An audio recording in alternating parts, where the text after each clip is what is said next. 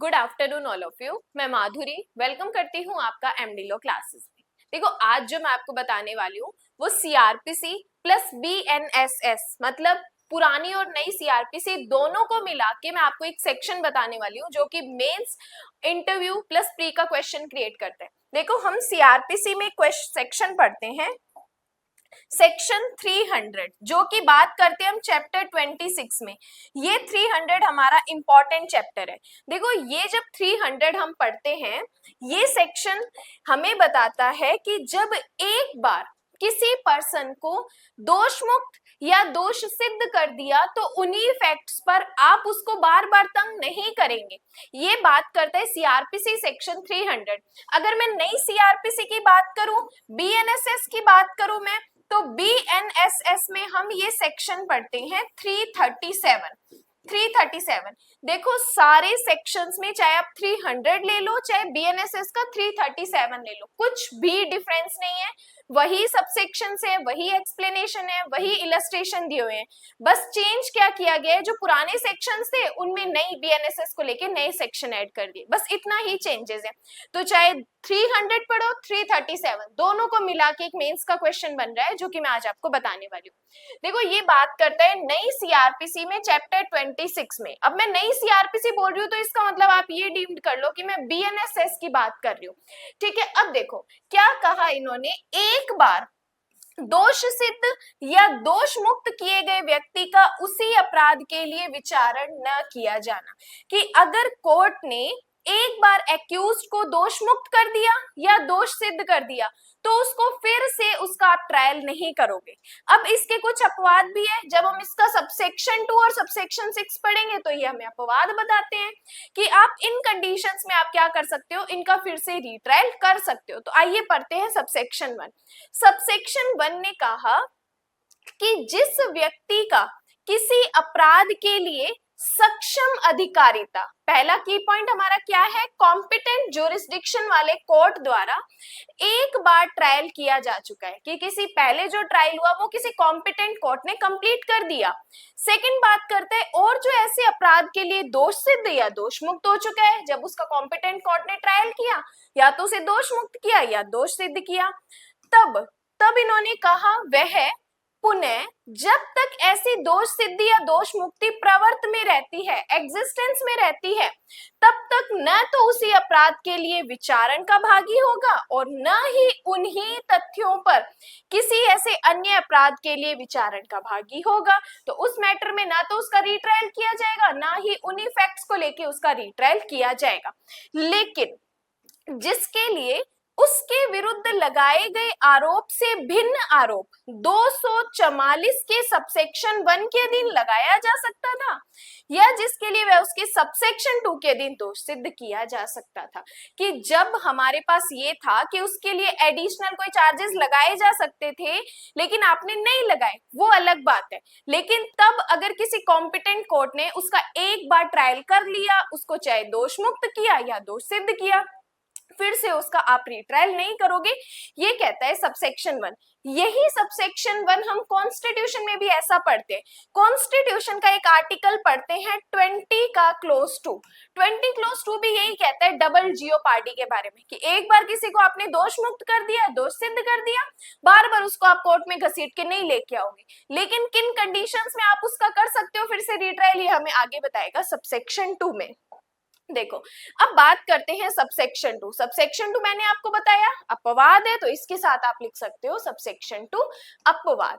देखो, इन्होंने कहा किसी अपराध के लिए दोष मुक्त या दोष सिद्ध, या तो उसको सजा नहीं दी या उसको सजा मिल गई, किए गए किसी व्यक्ति का विचारण तत्पश्चात राज्य सरकार, अंडरलाइन करो कब कर सकते हैं, राज्य सरकार की कंसेंट से किसी ऐसे भिन्न अपराध के लिए किया जा सकता है जिसके लिए पूर्वगामी विचारण में उसके विरुद्ध 243 सबसेक्शन 1 के अधीन पृथक आरोप लगाया जा सकता था। इसका मतलब कि जब उसका पहले ट्रायल हो रहा था तब उसके अगेंस्ट कोई अदर चार्जेस लगाए जा सकते थे, लेकिन उस टाइम नहीं लगाए, तो आप क्या कर सकते हो, उस राज्य सरकार की पूर्व कंसेंट से, प्रीवियस कंसेंट से आप उसका फिर से रीट्रायल कर सकते हो। तो सबसेक्शन 2 अपवाद। सबसेक्शन 1 में ये कहा कि आप रीट्रायल नहीं कर सकते, सबसेक्शन 2 हमें कहता है कि स्टेट गवर्नमेंट की कंसेंट से रीट्रायल किया जा सकता है। बात करते हैं सबसेक्शन 3 की।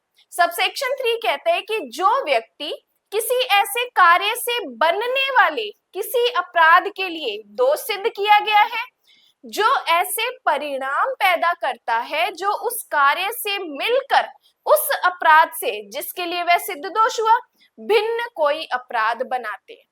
मतलब कि आप रीट्रायल कब कर सकते हो, इन्होंने कहा कि जब उसका पहला ट्रायल हुआ उस टाइम जो उसने अपराध किया, उसके बाद कुछ दिनों बाद कुछ ऐसे भिन्न परिणाम पैदा होते हैं जिसके बावजूद आप क्या कर सकते हो, उसका रीट्रायल कर सकते हो। जैसे आप एक एग्जांपल बताती हूँ, एक एक्स पर्सन के ऊपर ट्रायल चल रहा है, किसका, घोर उपपत्ति का, घोर उपपत्ति का। अब देखो क्या हुआ, जब उसका ट्रायल चल रहा है ग्रीवियस हर्ट के लिए, मान लो इस एक्स पर्सन के ऊपर जो ट्रायल चल रहा है, अब वाई पर्सन की क्या हो गई, उसकी डेथ हो गई, वाई पर्सन की क्या हो गई, डेथ हो गई। तो अब इस कंडीशन में हम क्या कर सकते हैं, इसका रीट्रायल कर सकते हैं। क्यों, क्योंकि पहले जो उसके ऊपर ट्रायल चल रहा था वो ग्रीवियस हर्ट का चल रहा था, बाद में उसकी डेथ हो चुकी है, तो अब भिन्न परिणाम पैदा हुए, तो इस कंडीशन में हम उसका क्या कर सकते हैं, पुनः विचारण कर सकते हैं। नेक्स्ट बात करते हैं सबसेक्शन 4 की। देखो सबसेक्शन 4 ये कहता है कि जो व्यक्ति किन्हीं कार्यों से बनने वाले किसी अपराध के लिए दोष मुक्त या दोष सिद्ध किया गया है, उस पर ऐसी दोष मुक्ति या दोष सिद्धि के होने पर भी उन्हीं कार्यों से बनने वाले या उसके द्वारा किए गए किसी अन्य अपराध के तत्पश्चात आरोप लगाया जा सकता है और उसका ट्रायल किया जा सकता है, यदि वह कोर्ट जिसके द्वारा पहले उसका ट्रायल किया गया था उस अपराध के विचारण के लिए सक्षम नहीं था। अंडरलाइन करो, क्या कहा इन्होंने कि आप उसको ट्रायल कर सकते हो फिर से, कब, जब जो पहले वाला कोर्ट था उसने जब उसका मैटर सुना तब वो कोर्ट सक्षम नहीं था, तब वो कोर्ट क्या था, कॉम्पिटेंट नहीं था वो मैटर को सुनने के लिए। उस कंडीशन में आप क्या कर सकते हो, उसका फिर से रीट्रायल कर सकते हो, जिसके लिए बाद में उस पर आरोप लगाया जाता है। तो सबसेक्शन 4 ने क्या कहा, अगर कोर्ट कॉम्पिटेंट नहीं था तो आप उसका रीट्रायल कर सकते हो।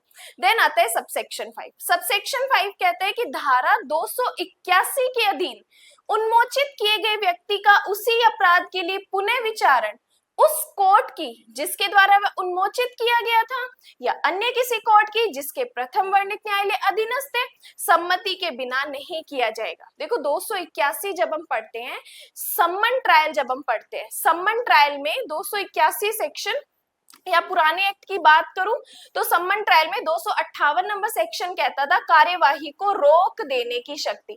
जब कार्यवाही को रोक दी जाती थी तो दो परिणाम पैदा होते थे, या तो कोर्ट उसको दोष मुक्त करता था या कोर्ट उसको उन्मोचित करता था।